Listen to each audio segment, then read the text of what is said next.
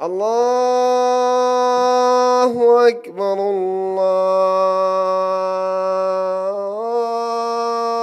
الله أكبر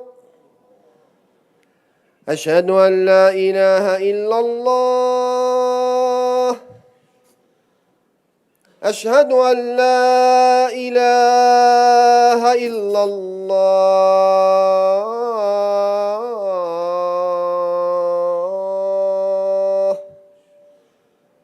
أشهد أن محمدا رسول الله أشهد أن محمدا رسول الله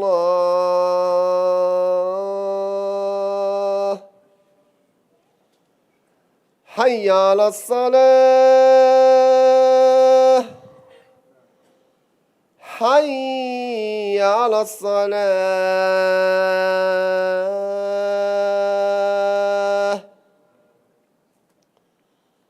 حي على الفلاح حي على الفلاح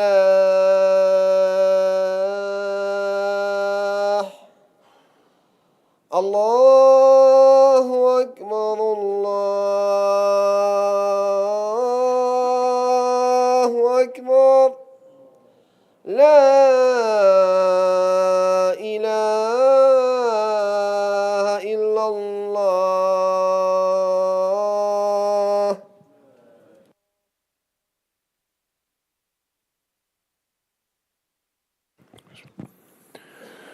إن الحمد لله نحمده ونستعينه ونستغفره ونعوذ بالله من شرور أنفسنا ومن سيئات أعمالنا من يهده الله فلا مضل له ومن يضلل فلن تجد له وليا مرشدا. All praise is due to Allah subhanahu wa ta'ala. We praise Him and we seek His assistance and we seek His forgiveness. And we seek assistance in Allah subhanahu wa ta'ala from the evil of our own souls and our evil actions. Whomsoever Allah subhanahu wa ta'ala guides, no one can misguide, and whomsoever Allah subhanahu wa ta'ala leads astray, no one can guide. وأشهد أن لا إله إلا الله وأشهد أن محمدا عبده ورسوله. On this blessed day of Jum'ah, I reaffirm my faith to Allah subhanahu wa ta'ala. I renew my covenant with Allah, and I bear witness and I testify that there is no deity, there is no God worthy of worship except for Allah, and that Muhammad ibn Abdullah is His prophet and messenger. Allahumma salli ala Sayyidina Muhammad al-Fatih lima ughliq wal-Khatim lima sabaq ناصر الحق بالحق والهادي إلى صراطك المستقيم وعلى آله حق قدره ومقداره العظيم. أما بعد أوصي نفسي وإياكم بتقوى الله تعالى. My dear brothers and sisters, I remind myself and all of you to be aware of Allah and to be cognizant of Allah and to fear Allah and to always put Allah subhanahu wa ta'ala first before everything in the world.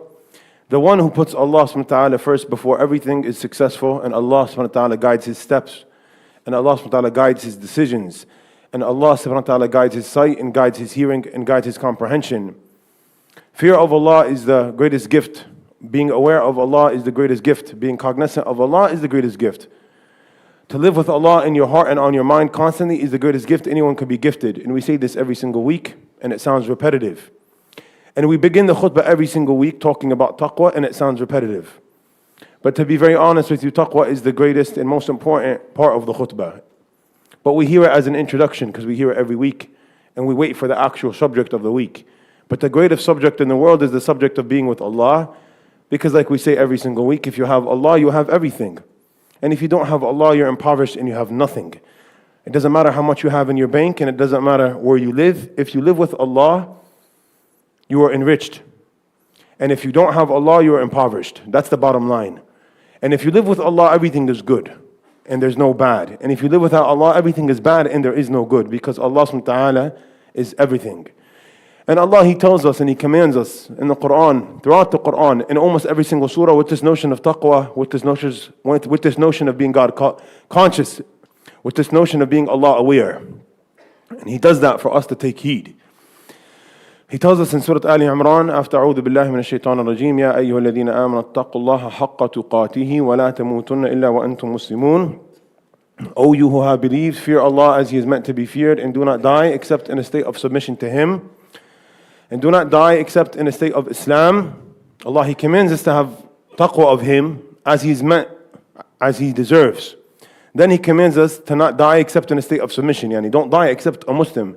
Don't die except with La ilaha illallah in your heart. Don't die except in a good way.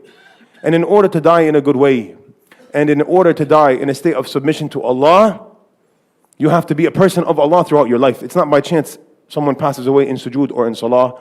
And it's not by chance someone passes away at Hajj. And it's not by chance someone passes away in the masjid. This is not by chance. This does not happen overnight. This is a person who lived with Allah and he had a good ending. So if you live with Allah and you live a life of Islam, which is a life of submission, you will die that way. And we always ask Allah to keep us steadfast, and we always ask Allah for istiqamah, because that's the secret cheat code to everything in the world, being sincere and having istiqamah in your heart, and it's very difficult. And then Allah, He tells us in the last page of Surah Al-Hashr, يَا أَيُّهَا الَّذِينَ آمَنُوا اتَّقُوا اللَّهَ وَلْتَنظُرْ نَفْسٌ مَا قَدَّمَتْ لِغَدٍ وَاتَّقُوا اللَّهَ إِنَّ اللَّهَ خَبِيرٌ بِمَا تَعْمَلُونَ. O you who have believed, fear Allah and let each person see what he has prepared for tomorrow. Let each person see what he has put forth for the Day of Judgment. And Allah, He tells us this after commanding us to be mindful of Him. He says, be mindful of Him. Fear Allah and let each person see what he has prepared for tomorrow, referring to the Day of Judgment as tomorrow. And this is another interesting concept we have in our beautiful religion of Islam. Another interesting concept, and that's the concept of the hereafter and the concept of accountability. And we think in a dimension of Iman and Islam. So we think with the thought process of being a Muslim. So we think of iqab and thawab. The Muslim, he thinks reward and punishment for everything he does. The Muslim, he thinks halal and haram for everything he does in his life. And this is a gift. If you think like this, it's a gift. Because this is the essence of Islam. So prepare for tomorrow. Allah, He tells us, fear Allah and prepare for tomorrow. Yani prepare for that day. Prepare for that scary day, the Day of Judgment, where you're going to be held accountable for everything that you did in this dunya. Where you're going to be asked about every small thing you did, whether it was good or bad.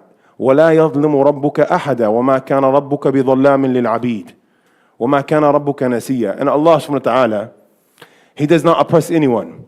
And there's no oppression in the book of Allah, and Allah subhanahu wa ta'ala, He forgets nothing. So every good that you did, this is an encouragement, and this is tashjir, and this is a motivational factor for you to do good in your life. Because if God or the angels are keeping account of everything you do, it pushes you to do good out in the open and in secrecy. It pushes you to do good because you have a concept of accountability. This concept of accountability is a gift. And it also makes you stay away from haram because you know Allah is watching and you're going to be asked about anything you did on that day. This concept that we have, that we think is normal because we're Muslim and we live in a circle and da'irah of Islam, is not normal. Not everyone thinks like that. Not everyone thinks like iqab and thawab. Not everyone thinks reward and punishment and Day of Judgment. No. This is a gift for Islam. In Iman, you think of, I'm going to be asked about everything, and it's what makes you do good, and it's what makes you stay away from wrong. And then He says, وَاتَّقُوا اللَّهَ إِنَّ اللَّهَ خَبِيرٌ بِمَا تَعْمَلُونَ. And fear Allah again. Indeed, Allah is all aware of what you do. Allah knows everything in the world. وَمَا تَسْقَطُ مِنْ وَرَقَةٍ إِلَّا يَعْلَمُهَا. And there's not a single leaf that falls off a tree on the planet Earth, except Allah is aware of the dimension of that leaf, how much it weighed and when it fell and how it fell and when it was going to fall if it didn't fall. Allah is all aware of everything. And Allah subhanahu wa ta'ala يَعْلَمُ السِّرَّ وَأَخْفَى. Allah knows that which is secret and that which is hidden under the secret, beneath the other secret, in the backyard of the third secret. There's no secrets in the book of Allah. Allah knows everything in the world. عَالِمِ الْغَيْبِ وَالشَّهَادَةِ. Allah knows the unseen world, the unseen realm, and the realm of the seen. And Allah, He tells us in the last page of Surah Al-Ahzab, يَا أَيُّهَا الَّذِينَ آمَنُوا اتَّقُوا اللَّهَ وَقُولُوا قَوْلًا سَدِيدًا يُصْلِحْ لَكُمْ أَعْمَالَكُمْ وَيَغْفِرْ لَكُمْ ذُنُوبَكُمْ وَمَنْ يُطِعِ اللَّهَ وَرَسُولَهُ فَقَدْ فَازَ فَوْزًا عَظِيمًا. O you who have believed, fear Allah and say an upright word. Speak truthfully, speak justly, speak swiftly. Don't speak in a zigzag manner. And if you speak truthfully and you speak justly, and you're a person of truth and you live a life of truth and you don't cheat and deceive and lie, you'll get rewarded with two benefits. يُصْلِحْ لَكُمْ أَعْمَالَكُمْ. Allah, He'll rectify your affairs for you. He will facilitate the doing of good for you. He'll grant you the ability to make wudu and go to the masjid. And He'll grant you the ability to stay away from filth and haram. He'll grant you the ability to open the Quran and read the Quran. And He'll grant you the ability to have good etiquette and respect your parents. And He'll grant you the ability to stay away from wrongdoing. That's facilitation from Allah. That's tawfiq from Allah For you to come to the masjid is tawfiq from Allah.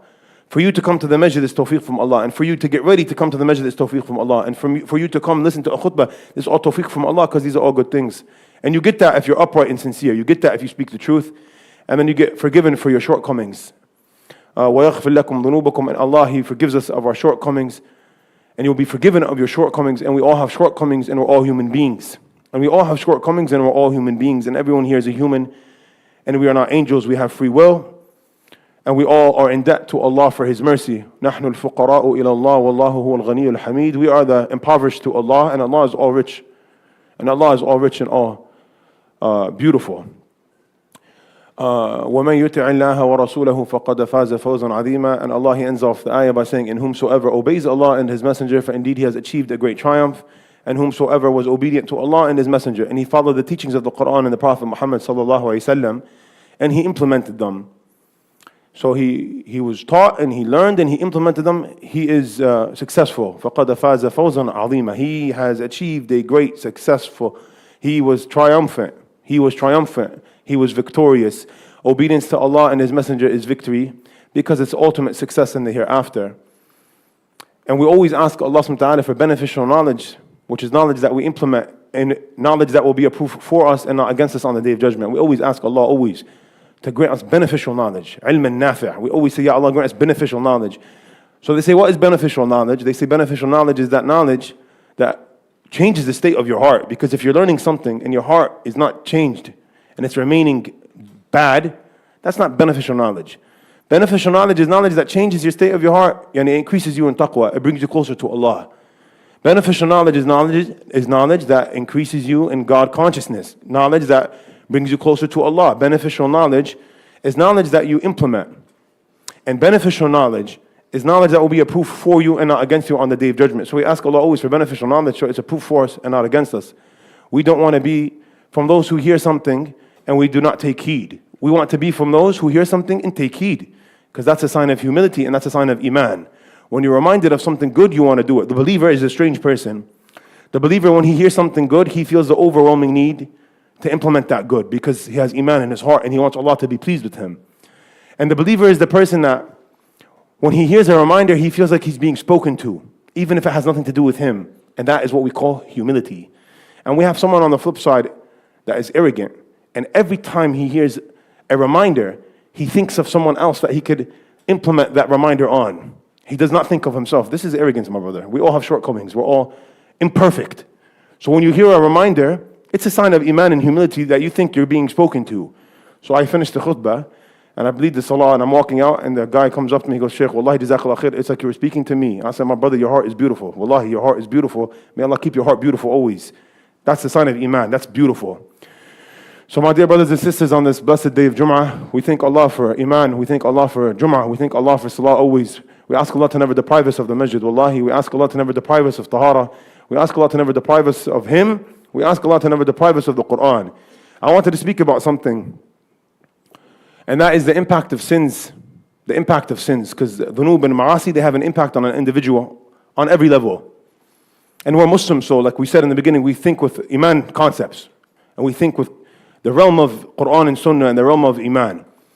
Yani impact of sins. Sins, dhunub, have an impact on you, whether you understand it or not.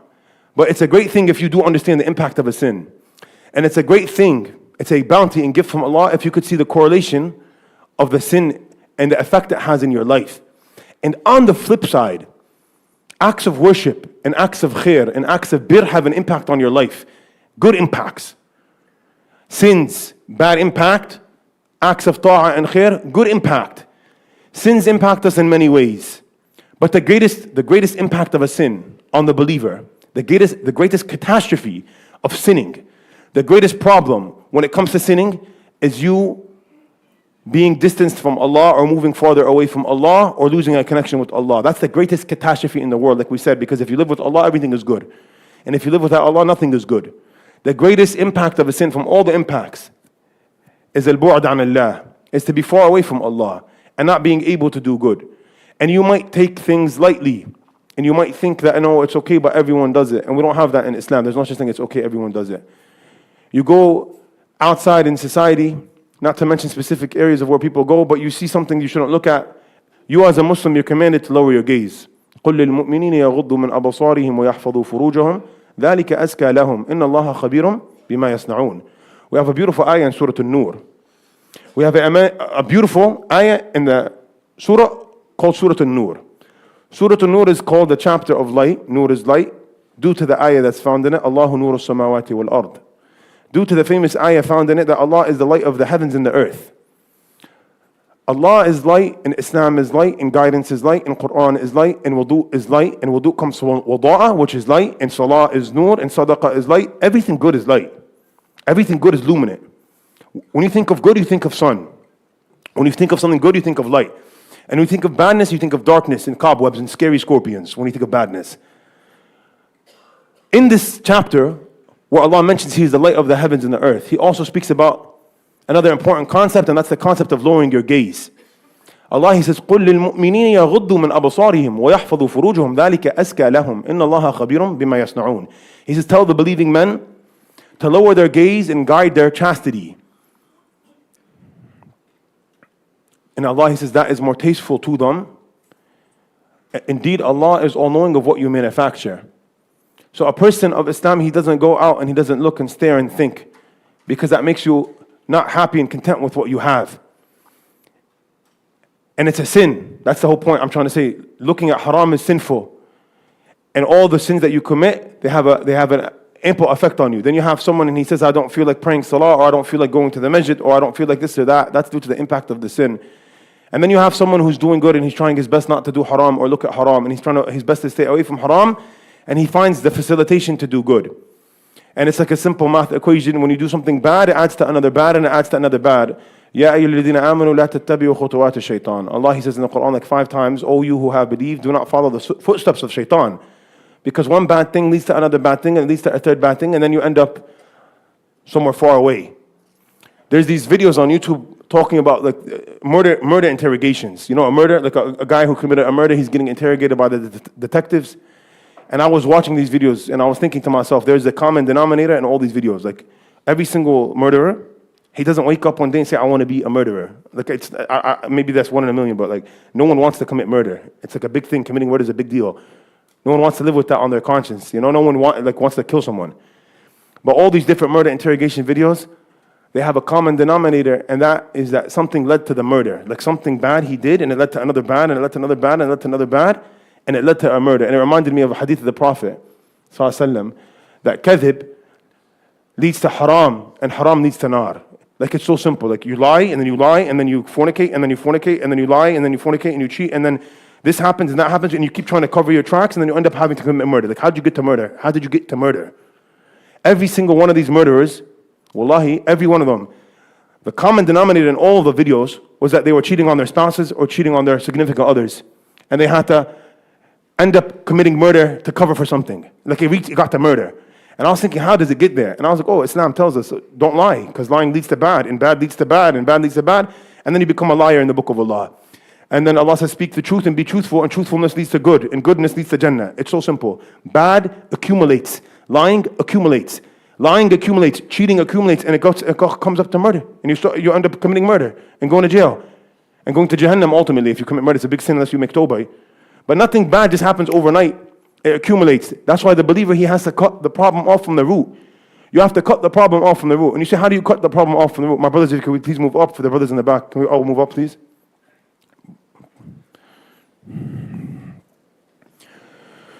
We have to cut the problem off from the root, and you cut the problem off from the root by being in good environments and good places and surrounding yourself with good. Because if you surround yourself with bad, you'll fall into bad and you'll be prone to bad. And if you surround yourself with good, you'll be prone to good. Meaning that the masjid is a blessed place. In the masjid, no one comes to the masjid to commit haram. People come to the masjid to do good, to read Quran, to pray salah, to make tawbah, to make dua. Surrounding yourself with goodness makes you do good and want to do good. And surrounding yourself with bad and filth attracts that. But every single day is a constant struggle for the believer. Every single day. It's not easy for anyone to be steadfast. It's not easy for anyone to be steadfast and coming to the masjid every day. It's not easy. It's a daily struggle. And that's life. You have to implement something in your life. And I speak like this, like it's the summertime and there's so many shabab and youth. You have to struggle every day. You have someone, you talk to him, what, like, how'd you fall into this? You have someone come up to me, I'm like, how'd you fall into this? He goes, I went here and there and this happened and then she spoke to me and then it leads to something really haram. Brother, you have to stop that. Whatever it is that leads you to that haram, you have to cut it from the root. That's what iman is. If you see that if you go to the gym and it's detrimental to your iman because all you do is speak to women and it goes to step 10 really quick, then stop. Like, find out a way to go at the time of Fajr, or go after like Isha, or go when there's no one there. But I say this because wallahi, so many people are falling into the haram act of zina. It's so scary. And it's like nothing now. And everyone's like, oh, but like it's 2024 and this, that. No, brother, no, 2020 nothing. It's 2020 nothing. It's Jahannam 24. Jahannam 24. Sinning is haram. Haram is Jahannam. It's so simple. Wallahi, sinning is haram. Haram is Jahannam. And doing good is a reward in thawab in goodness, and reward thawab in goodness is Jannah. It's so simple. Islam is very simple. Don't overcomplicate Islam. Doing bad is haram. Haram equals Jahannam. Doing good is good, and good equals reward in thawab and Jannah. And ultimate success is making it to Jannah. And ultimate success is not going to Jahannam. And ultimate success is having a connection with Allah in your life. And having Allah in your life, and Allah being pleased with you in this dunya. And if Allah is pleased with you in this dunya, He's pleased with you in the hereafter. That's ultimate success. But you have to long for this feeling. You have to long to not want to do wrong. And you're a human being, you're a strong individual, you could do whatever you want. You have to want good. وَمَنْ يَتَصَبَّرْ يُصَبِّرْهُ اللَّهُ وَمَنْ يَسْتَعْفِفْ يَعِفُّهُ اللَّهُ. The Prophet Muhammad ﷺ, he says, whomsoever wants to be patient, he'll be granted patience. And if you want sabr, for real, you'll be granted it. And whomsoever wants iffah, which is being chaste, being pure from sexual haram acts, Allah will grant him iffah. Allah, He'll grant him iffah. And the meaning of this hadith is if you want something, you'll get it. If you want to do something, you'll do it. If you want to go make it to medical school, you'll kill yourself until you make it to medical school. You'll exert the effort needed. So deen effort should be number one. We should exert effort in deen number one. Every day is a struggle. Every week is a struggle. Every month is a struggle. And patience is the key to everything. Patience, Allah, when He gives us the anecdote in the Quran, He says, Ya ayyuhalladhina amanu ista'inu bis-sabri was-salah, inna Allaha ma'a sabirin. Allah, He commands us in the Quran to seek assistance through patience and prayer. And then He says, indeed, Allah is with those who are patient.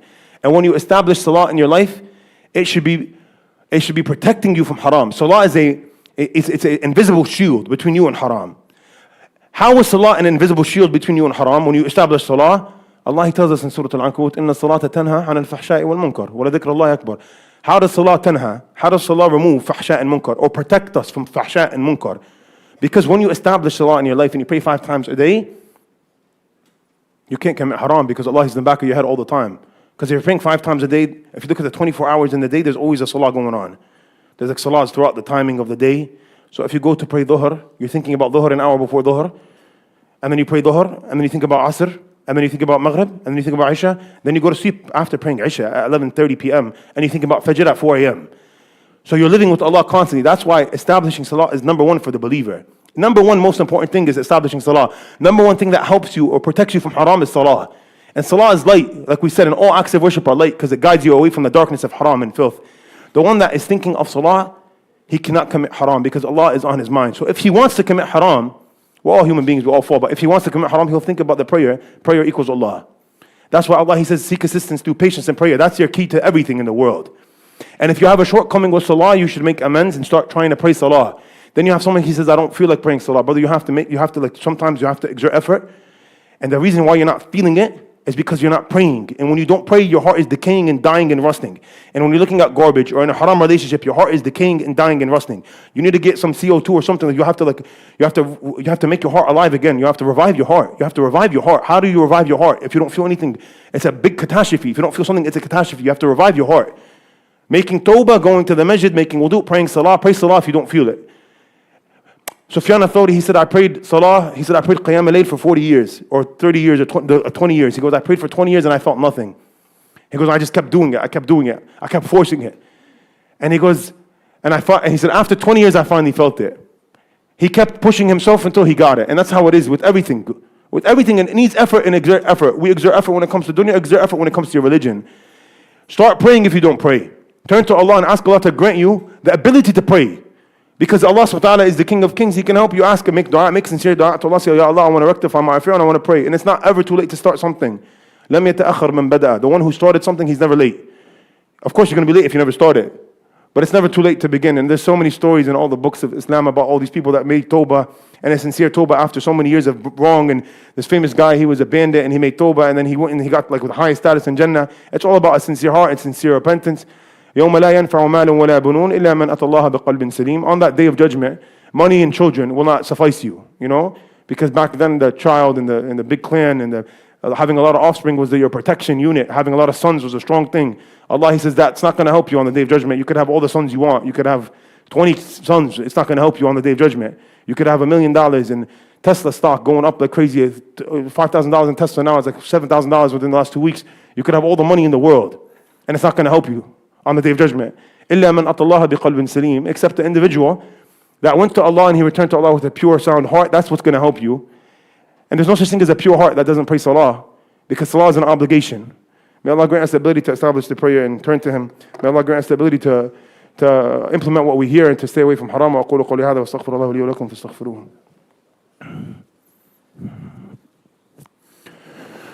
Alhamdulillah wa salatu wa salam ala ashraf al-mursaleen Sayyidina Muhammad wa ala alihi wa sahbihi wa sallam tasliman kathira. We start off by praising Allah and sending our peace and blessings upon our Master Muhammad. Usi nafsi wa iyakum bi taqwallahi ta'ala. I remind myself and all of you to fear Allah and to be aware of Allah and to be cognizant of Allah. In conclusion, my dear brothers and sisters, sins, they have an effect on you, and everyone should have an active effort every single day, a daily effort, an hourly effort.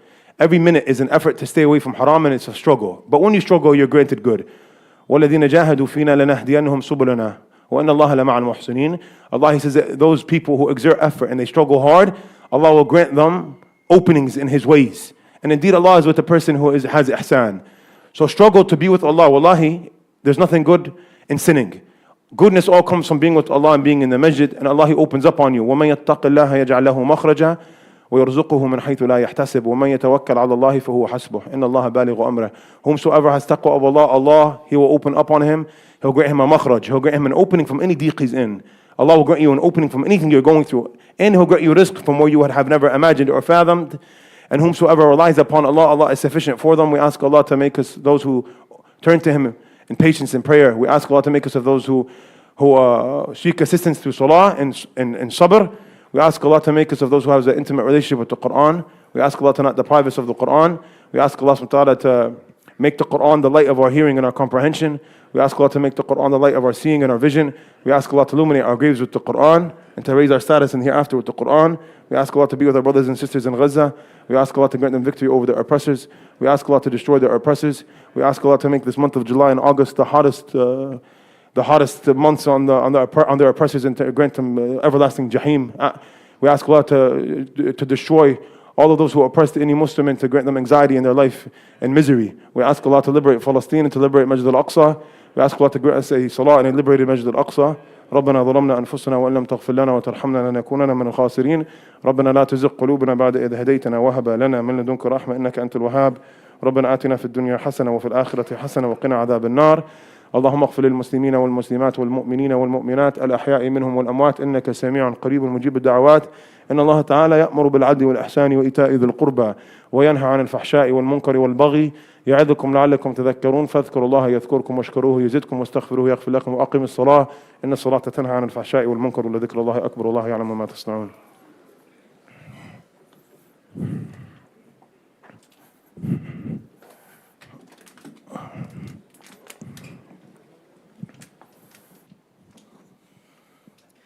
الله أكبر أشهد أن لا إله إلا الله أشهد أن محمدا رسول الله حي على الصلاة حي على الفلاح قد قامت الصلاة قد قامت الصلاة الله أكبر لا إله إلا الله. الله أكبر.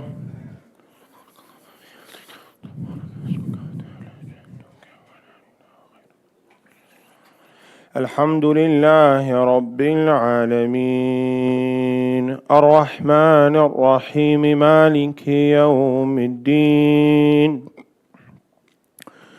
إياك نعبد وإياك نستعين اهدنا الصراط المستقيم صراط الذين أنعمت عليهم غير المغضوب عليهم ولا الضالين.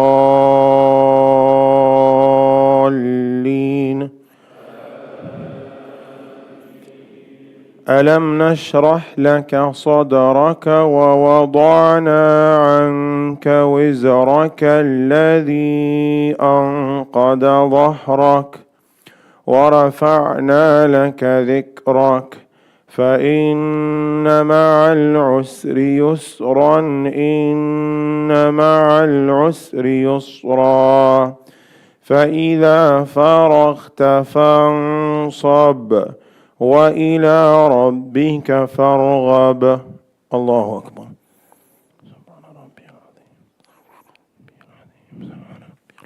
سمع الله من حمده. الله أكبر.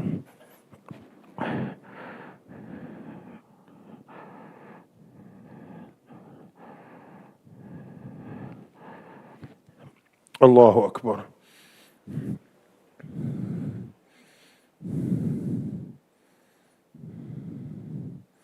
الله أكبر.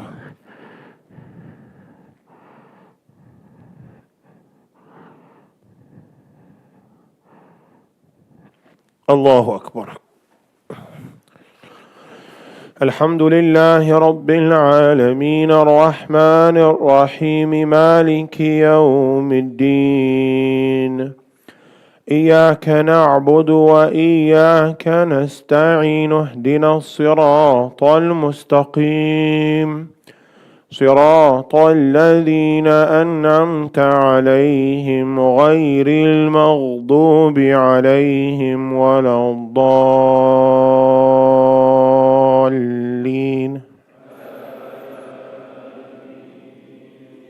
ويل لكل همزة لمزة الذي جمع مالا وعدده يحسب أن ماله أخلده كلا لينبذن في الحطمة وما أدراك ما الحطمة نار الله الموقدة التي تطلع على الأفئدة إنها عليهم مؤصدة في عمد ممددة. الله أكبر.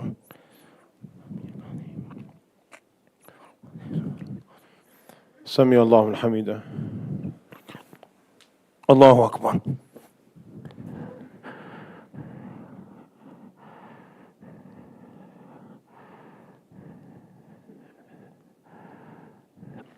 الله أكبر. الله أكبر.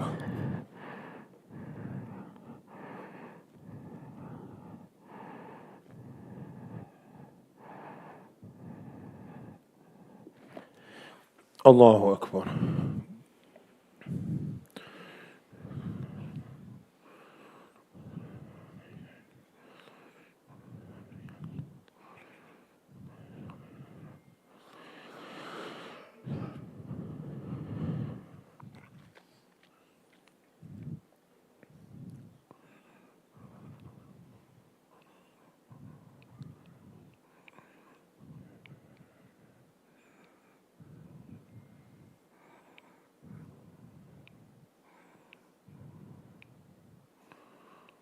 السلام عليكم ورحمة الله.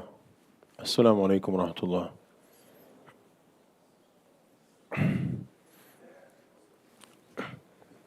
Assalamualaikum.